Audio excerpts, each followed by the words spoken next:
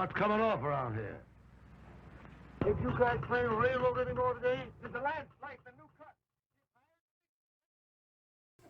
In a previous video, there was discussion regarding the placement of the large workbench, and I had expressed my interest was no longer to keep that workbench, but rather to replace it with a smaller workbench. Not to get rid of the workbench, because it's a nice bench, but Dan Canoe had asked the question about what if the workbench was turned.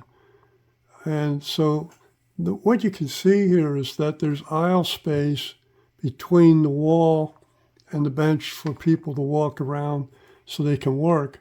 And what you can also see is that the workbench is intruding on the locomotive space. It actually has, because it sticks out so far, it eliminated any walkways here. And in addition, if you can see this with me here, the workbench actually interferes with the door. So a person coming in the door is encountering the workbench right away, and that's not what the door would open out, but still I wouldn't want necessarily to have people walking straight into a workbench like that. But it does fix the problem where it was blocking the ingress for heavy machinery to come in and out. So there it is, Dan. I thought I'd show it to you, and that, I really don't think it makes sense to keep that big workbench in there at all. But it was a good idea, so thank you for that feedback. I appreciate it. So I've begun to work on the doors by first building the centerpiece that goes from this portion of the structure down. And I've had a number of thoughts about it. That has to be strong enough to be able to allow me to continue having this as a removable section, so it doesn't have any breakage. And I, this is going to have a tendency to break because this is just not very strong right here. So I'm thinking over a number of different approaches to how I might deal with this to reinforce it. And to start with, just to get this thing kicked off, is I took this scrap piece that used to belong over here, and I've attached this piece of wood to it. It's glued on there now. And I've begun cutting it out so that what I'll have then is almost like a piece of wood that has, well, it gets, okay. It'll be matching frame. It'll be matching siding. I'll get it right. It'll be matching siding starting from this point down. I had measured this as the distance here so that the siding will just be on this part of it. And of course, the rest of this is going to go on the inside. But there's only a limit to how far it can go. And here's why. There's a cross piece here that restricts how much the structure that would come down can attach. So one of the thoughts I've had is that I cut out this section and then place some sturdy framing that extends up near this window opening. That would get me a lot more connection to the front-facing portion of the two-stall engine house to make it more sturdy. So I'd just fill that, I'd notch this back and put the piece back so that it looks like a single piece, but it'll allow me to have an additional piece coming up. Now, what I do with that, it won't look prototypical, but it'll, from the sake of the model, it's going to give me the additional strength that I need. So that's my plan. And I've already got this glued, so the next thing I want to do is finish cutting it. I started cutting this along the edge, and the first thing that happened was that as I was cutting it carefully, and the first thing that happened was a piece down here broke off. So I had to I hadn't glued it all the way down because I want to be able to remove the part that goes here. So I'm going to cut it a little long. Let's see, where'd you go? Right there. That'll do. Intentionally cut it a little long so that I can trim it back to size.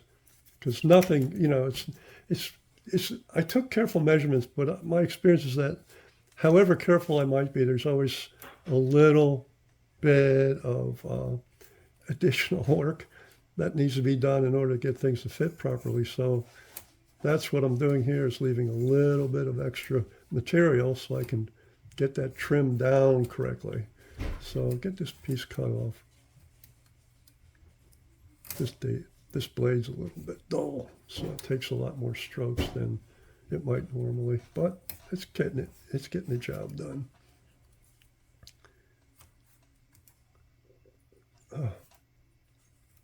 I was just watching a video where a guy's working with fiberglass. He's building a hot rod, and he has some cardboard templates he's making, and he's got a box cutter in his hand, and he's got his legs crossed, and he's holding the material that he's cutting over his left thigh.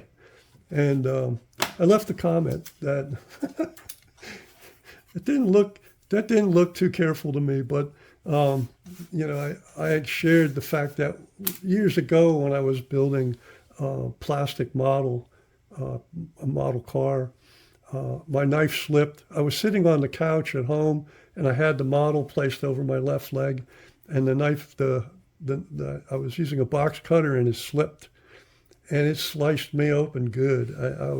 I had a 3-inch gash in the top of my thigh. So it made me cringe a little when I saw him doing that. I let him know my little story. Okay, let's see. So now this is going to be here. I hope that's it's really hard to tell, but it should be darn near exactly the right height. Oh, even though I gave it a little extra, it looks like it's a good thing I did, because I think it just barely fits. Now the rest of this, of course, is going to go.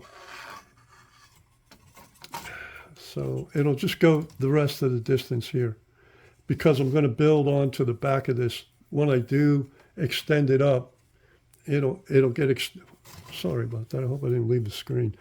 But when I do that extend it up, I'm going to be adding some additional wood on the back here, like that. So hopefully this will work out. And now I'm also thinking ahead to the doors, and when the doors close, then I might need to shave off a little bit on each side so the door can close correctly up against, you know, it should have a little overlap, I guess. But, well, that or maybe not. It might wind up just having pieces of trim on it. We'll see. That's a little bit too far ahead for this point. But let me go ahead and trim this and see how that fits up there. I'll get the right size. It's got to fit. Okay, well, do it this way, like that. And I want it to go to there. So what I'm doing is I'm lining up the two sides here with the line on my cutting surface. Get it? There. Okay, come on, shift a little. Try and get it as precise as possible. And then keep this as parallel to that as possible. And then I'll mark. There we go. There's the mark. And I'm going to turn around for a second and cut this with my I got a thing called the chopper here. I hope you can hear me. And it's nice straight cuts. Okay, I used the chopper to do that. So this now should fit here, all things being equal. So let's see. That would go there, and there's that. Oh, okay, it is a little long. So I'll just trim a little bit off the bottom until it fits properly. See that? So, well, I'll trim that offline and then I'll show you the installation of the wood in the back. Well, having completed this piece, I've now realized I've got a little bit of an issue. Well, not a huge thing, but first off, I wanted to point out that, I'll do it this way so you can see. This piece, when it's pushed up against, will be like this. And what I'm trying to show is that when I press that up against, it's not as close. It's supposed to be right up against this cross piece here, and it's short by about 1/16 of an inch. So the way I think I'm going to try to fix that is just, since it was cut a little long, I'm going to take a sliver out of this, and hopefully that's going to take care of the issue. We'll find out. Then there was another issue, or another concern I have, is that the way this is trimmed on here, let's take a look at this first. The way the trim appears on here, this trim is not mounted on the surface of the boarding, but rather it's butted up against the edge of it. And so, given that this is, it says wide, the boarding on this piece is as wide as the entire span of this main structure.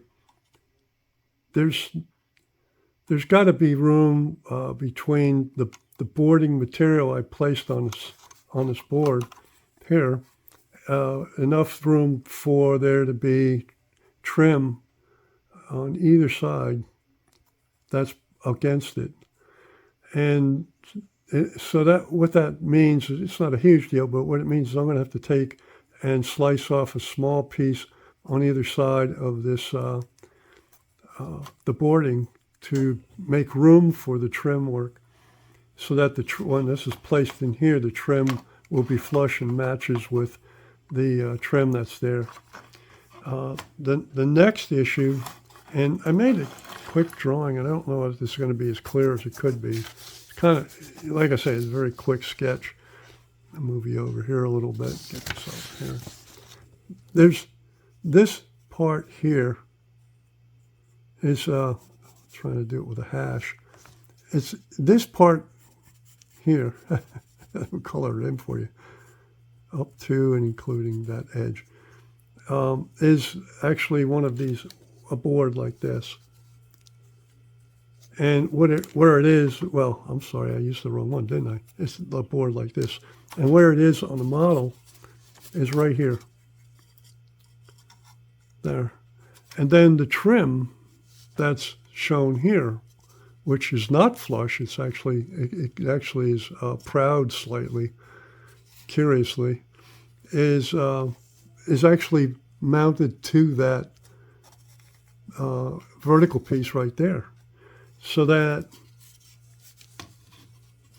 what the person did when they built this model was they had this trim flush, but then starting with this piece, it's proud of the surface, and it's proud all the way around. So I want, oh dear, I just peeled that off. I'll have to fix that, like so many other things. But what I want is for this to be matching here. So I'm going to try to make that flush, but I'm going to try to do in a similar way what they've done, where they have the trim piece, this piece, against this back support. I'm going to try to do a similar thing. Where'd it go? Oh, here it is. I'm going to try to do a similar thing with how this ultimately gets mounted up into here. The next thing I noticed in this, it's going to be tricky to see this. I'm going to bring it up pretty close and let some light shine through. There you go. Right here, the person that built it cut the piece wrong. I haven't overcut it.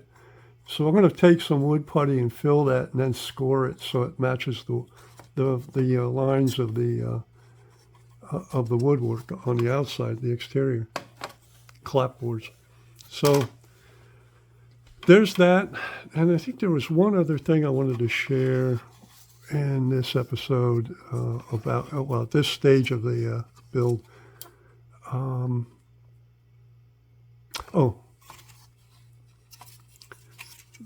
In order to maximize the contact area, as I say, I'm going to bring that up all the way so it touches, but I'm going to make this thicker so that it kind of emulates this, which would emulate the post over here. So it'll be mounted onto here so that the trim will be mounted up against it and it'll be flush.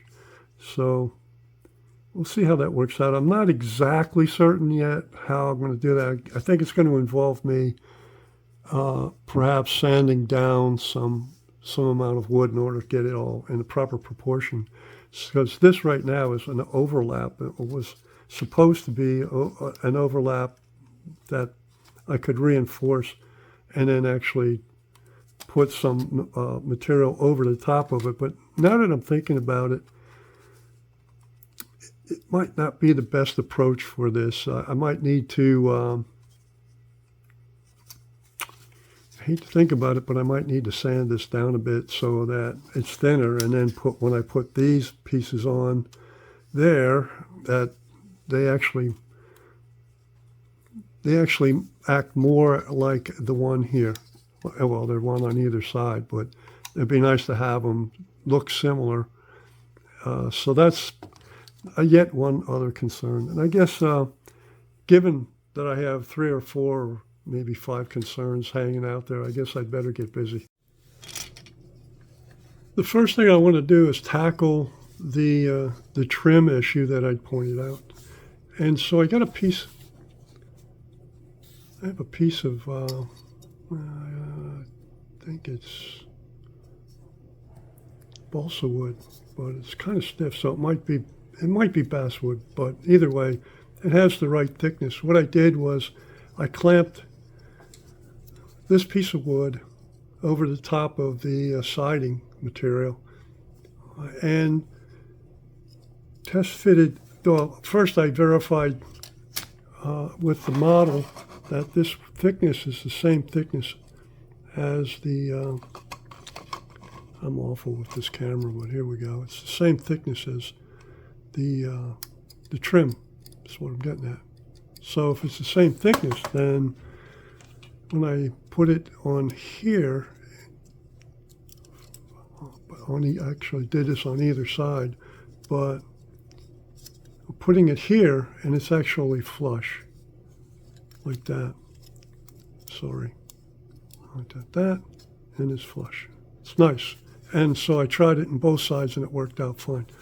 So of course the next thing to do is to start trimming away the siding material, and I'm going to do it one side and then the other so I can flip these clips around. So this is all going to get cut away. So rather than make you watch me do that, I'll show you what it looks like when it's done.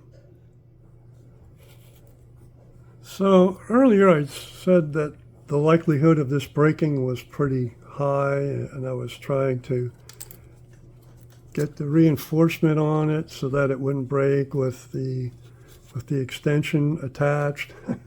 Well, guess what? It broke off. So it just goes to show just how fragile that was in terms of being able to support this structure. So it just reinforces my argument that I need to have more holding material contact with the inside of this of the model here. So I'm going to restore this to its original position. I'm going to work on this framing and see what I can do with that. Now I'll show you what I get done. What I'm showing here is this is the centerpiece that I want to attach. I reattached this broken part, and I needed some means to assure myself that when I do attach anything, in this case this piece, that it's centered and it's square. And so to achieve that, what I did was, this is the piece, of course, that I cut previously, and it's got the edge trimmed out for the trim work. But I made this tool, and what I did was I took this center finding ruler and I marked the center of it down here. That's the center right there. And then I took this piece and I marked the center of it right there. And I then used that as a guide to create marks up on the top and marks at the bottom, and then I drew some lines. And those lines are guidelines, so that, I guess maybe I should have started by saying I cut this plastic piece to be as close as possible to the exact width of the opening. And so this piece then will get placed. It helps if I put that down, and then get into its final position using the lines that I drew there. Sorry about that, didn't mean to wiggle you. But at any rate, there you have it. That's the start of the centerpiece. And I'm going to go ahead and I'm going to attach it, and then I'm going to start, as I mentioned earlier, my plan is to cut out this piece of the large cross piece, just a section of it, and then I'm going to extend everything up to near the small window at the top. We'll see how that works out. Okay, so where I'm at right now is that I've had this piece here glued on to this part of the structure. I've sawed away the major beam to the thickness of this piece, and then I've added a short piece above it so that this now will get laminated the entire length with a second piece, pretty much like that. And I believe, well, excuse me, didn't mean to bump you, but I believe that's going to make plenty of strength. And then I still have the piece I cut out. I have part of it. I guess looking at it, it's not the same thickness anymore, but I have this piece here is going to get filled back in. So it'll look like this is a continuous board. And I'm also going to add angles on here and on here. So let me get that done, and I'll show it to you. And at this point, I just wanted to introduce something else. I'll have to climb back up here, and let's just zoom out so I can show you this. I have this picture of a bump stop, and what I did was I took and converted some of the dimensions of like the I-beams and the lengths and stuff, and I converted them to, first I up converted them to the real lengths, and then I down converted them to HO. So from that, I came up with some dimensions for the pieces. And what I did is I fabricated, oops, let's see if we can get that up here so you can see it. I fabricated, let's see if I can get that to show. Focus now. Come on, focus, you can do it. Yeah, an I-beam from tiny pieces of plastic, thin plastic. And the dimensions of that I-beam should match this right here. And of course, I tested its appearance based on some trackage. So I'm going to pick this up and hold it up thus. And you can see that it's a pretty good approximation of the picture. So yeah, I'm going to make a bump stop. Well, I'm making two of them because there's two tracks in here. So let's see how that works out. I've finished the reinforcing of the centerpiece, but you can see how nice that looks. It completely goes to the bottom, and it's a real nice fit with that. No, there's no gap to speak of, and pardon me. And we see the inside. I haven't put the cross piece in yet, but I've mated this larger complete piece over the top, and it's given the whole thing a nice strength to hold it together, and I think that's going to be perfect for what I was trying to do. I've got a couple of details to add to it, but I mean, the way it is right now is sufficient to give it the strength that was required for the doors. And of course, I whacked off a piece of trim working on it. Doesn't that figure? And I guess all of that little trim stuff's going to wait until the end. Well, I'm working on building a template for the doorway on the right side. Well, one of the things I discovered rather quickly is that neither door is the same. There's slight alterations, but the thing I'm running into is trying to cut the template. You know, it's the size. It's quite a chore. I got this edge, and this upper part mostly correct, but it fits right there. But if you travel down the door to the bottom, there's a gap, and then up here in the corner there's a gap.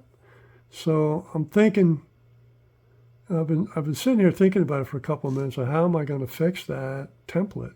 And so I still have some more of this material I used. And oh, by the way, where I got that from, I'll show you. It's the back of a notepad. I needed something thin. I started it trying to do it with cardboard. Corrugated cardboard is just not a good material for trying to get a fairly accurate cut, because of it flops. So that's not a good material for this. But this backing, tablet backing, it works fine.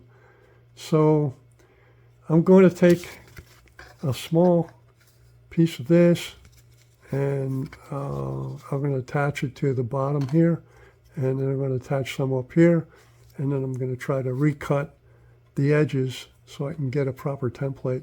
Now there'll be overlap now, but it doesn't matter, because what I'm going to do is transfer the template to,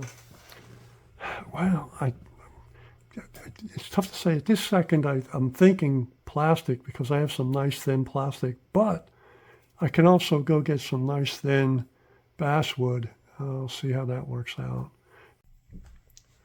Well, I have the templates made for the two door spaces, but I'm trying to think about, here's the size of a human being compared to these doors.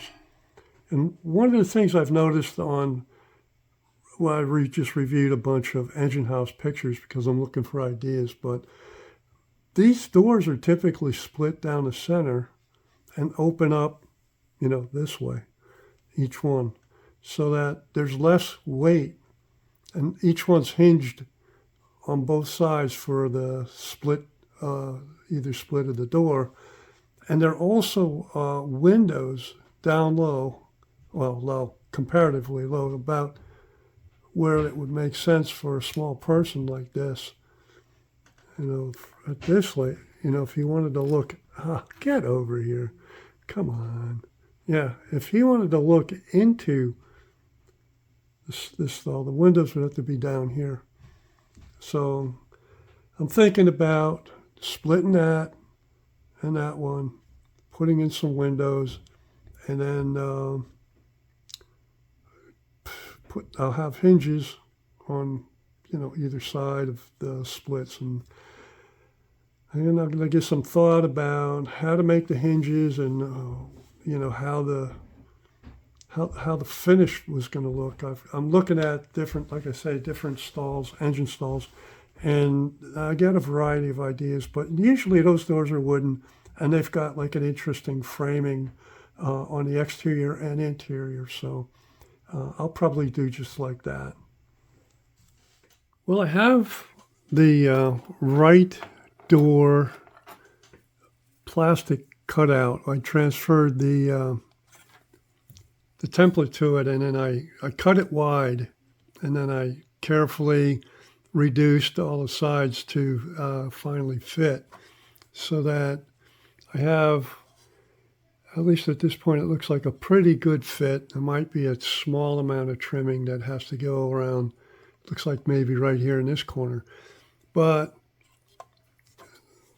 I still have to do the other side. You can see how much I have to remove of this material to get back down to the doorway. But what I really wanted to quick discuss is doors, and what kind of a finish to put on the door. And on this one, you can see I like this X pattern with the cross pieces. The whole door has a frame, like you can inside and out, that's framed. And so the plastic, it's pretty thin, not too thin, it's not wobbly, but it's pretty thin. And so I think I can get away with some thin wood that I can do a trim on that. And it also, while I'm looking at this picture, my preferred doors, I guess call them, it has 3 hinges.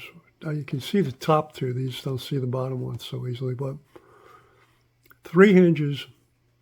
I still haven't figured out exactly how I'm going to hinge the doors, but in total I would need 12 hinges. So, whatever I decide to do for a hinge, it's going to be some kind of production job, because I try to do it all 12 in one batch. These doors lack windows, and what I can do, because of these cross hatches, I can't really necessarily put a window in it easily. And I guess the cross hatching is there for the sake of making the doors as sturdy and reliable as possible. So I don't know. I'm going to have to think about it. It's possible there's enough room where I could put 2 small windows, one on either side of the crosshatch. So I don't know. I'll have to just look at it, because I can't. For me, I still don't see the dimensions in HO scale as easily as some modelers obviously can. They have a sense of proportionality, and I still haven't developed that. So I still have to keep going back to my little figure and placing it next to things so I can get a sense of it. But this door, as I said, it's been trimmed out now to fit, so it needs to be sectioned. But before I section it, I think what I might try to do, just as a temp, because it's pretty slick plastic, and if it's supposed to look like wood, the surface is going to have to get roughed up. So, and then I'll have to score in the timber lines, like you see on here. You can see them. Pardon me. You can see them a bit easier here on this one, that the vertical lines. What's something that while I'm looking at that, there's something was odd is on this one the hatching goes on an angle at the top, but on this one the hatching's straight, so the timbers may go the full length of the door. Maybe this is a plastic model, and maybe on the prototype they had done this because they ran out of long timbers, so they had to go to some short ones to fill that in. On this side too, you can see that they're all straight and go all the way up. So I'm going to do that on this when I score the the pieces. And obviously I'll have to score it on both sides, so I don't have to get scored in and out. I don't think it matters at all whether the scoring on the front matches the scoring on the back. It just needs to look like wood. So we'll see how that works out. Well, this is going to be a wrap for this episode. I'm going to leave the doors for the next episode where I do the framing and the surface prep and the hinges. That'll be a show all by itself, I think. So if you're interested in how that turns out, tune in on the next video. Ed and Mary Ryan have just finished watching this video, and I think we should listen in. There's about to be a little conversation between them about it. My, that was a good video, Mary. A good video. Well, if you say so, Dad. I do, Mary. Best video ever, girl.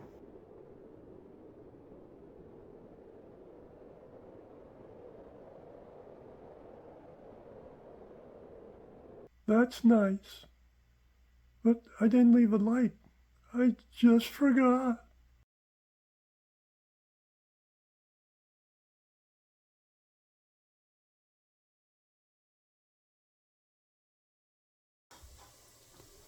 Oh my goodness. Poor Mary. She forgot to leave a like. Well, I hope none of you make that mistake.